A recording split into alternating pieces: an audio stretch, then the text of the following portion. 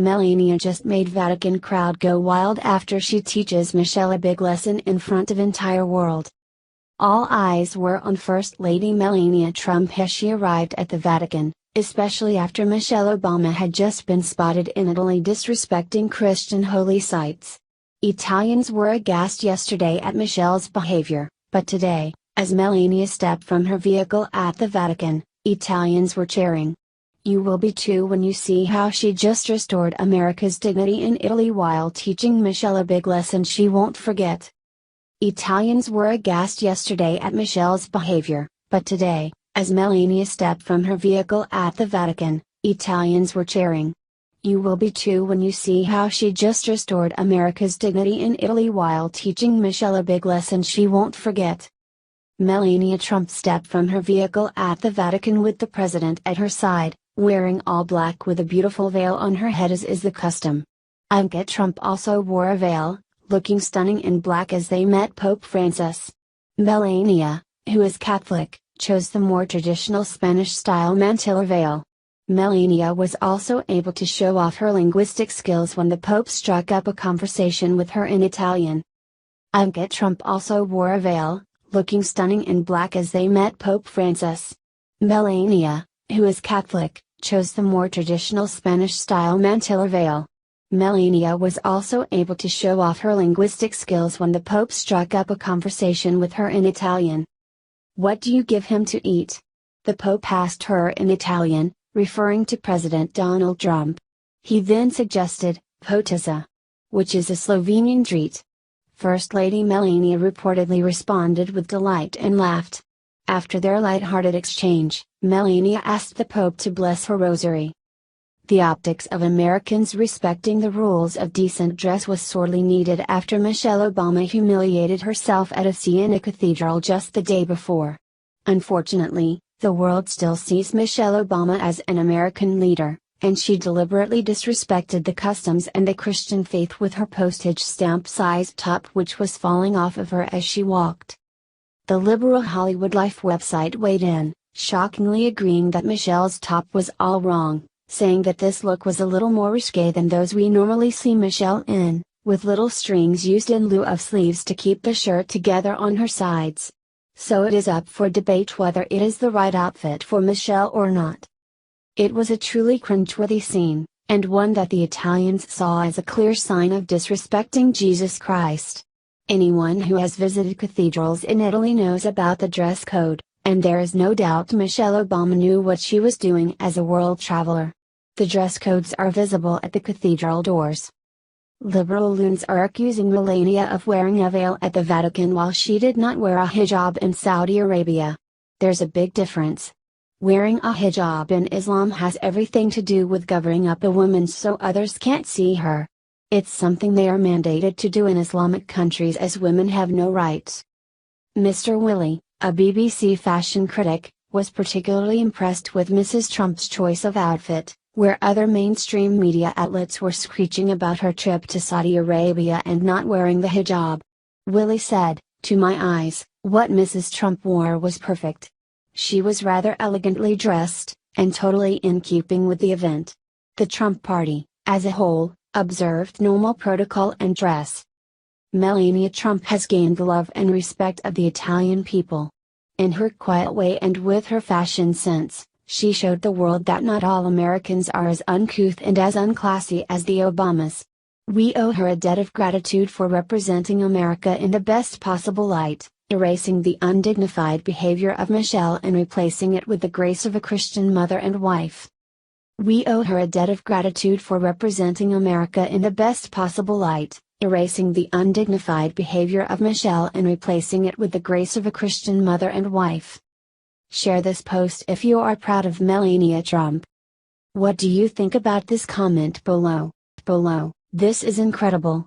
Melania Trump is about to make White House history. You will love this. When Melania Trump recited the Lord's Prayer before Melbourne, Florida presidential rally in February, the internet went hog wild. Now we know one reason why the First Lady began with "Let us pray and Our Father who art in heaven" when she introduced the president that evening. She's a practicing Roman Catholic. Melania will be first Catholic in the White House since the Kennedys. Her spokeswoman Stephanie Grisham confirmed that on Wednesday, hours after Pope Francis blessed the rosary for her at the Vatican. The last Catholics to live in the White House were John F. Kennedy and his wife Jackie.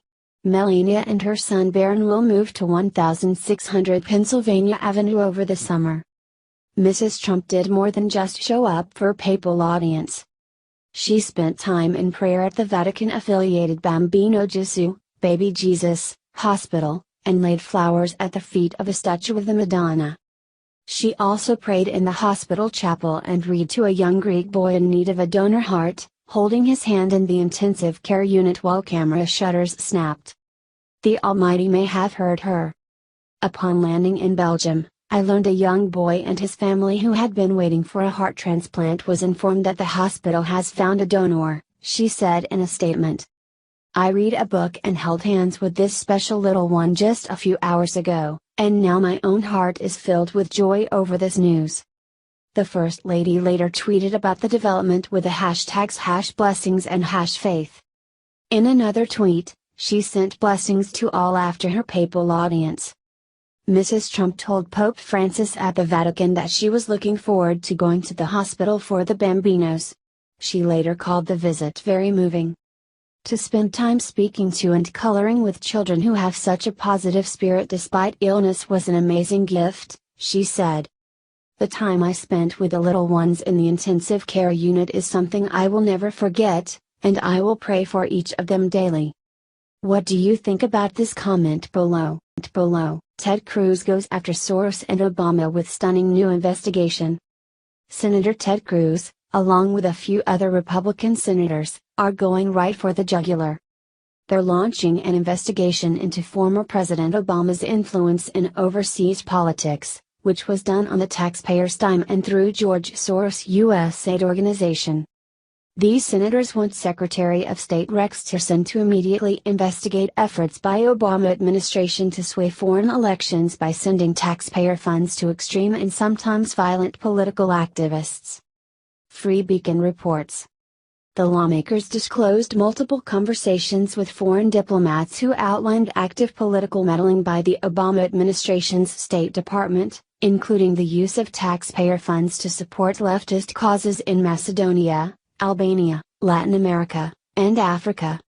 A portion of the State Department funding appears to have gone to organizations supported by the controversial liberal billionaire George Soros, according to the letter, which was authored by Republican Senators Mike Lee, Utah, Jim Inhofe, Oklahoma, Tom Tillis, NC, Ted Cruz, Texas, David Perdue, Georgia, and Bill Cassidy, Law.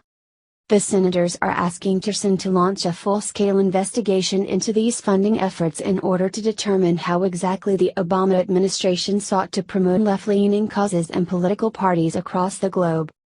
The latest disclosures of this activity mirror efforts by the Obama administration to send taxpayer funds to Israeli organizations that opposed Prime Minister Benjamin Netanyahu in the country's last election.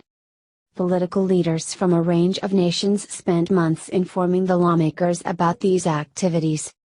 Over the past few months, elected officials and political leaders of foreign nations have been coming to me with disappointing news and reports of U.S. activity in their respective countries, Lee said in a statement. This includes reports of diplomats playing political favorites, USAID funds supporting extreme and sometimes violent political activists, and the U.S. government working to marginalize the moderates and conservatives in leadership roles. This sort of political favoritism from our missions around the world is unacceptable and endangers our bilateral relationships, he said. Share on Facebook and Twitter if you stand with Ted Cruz.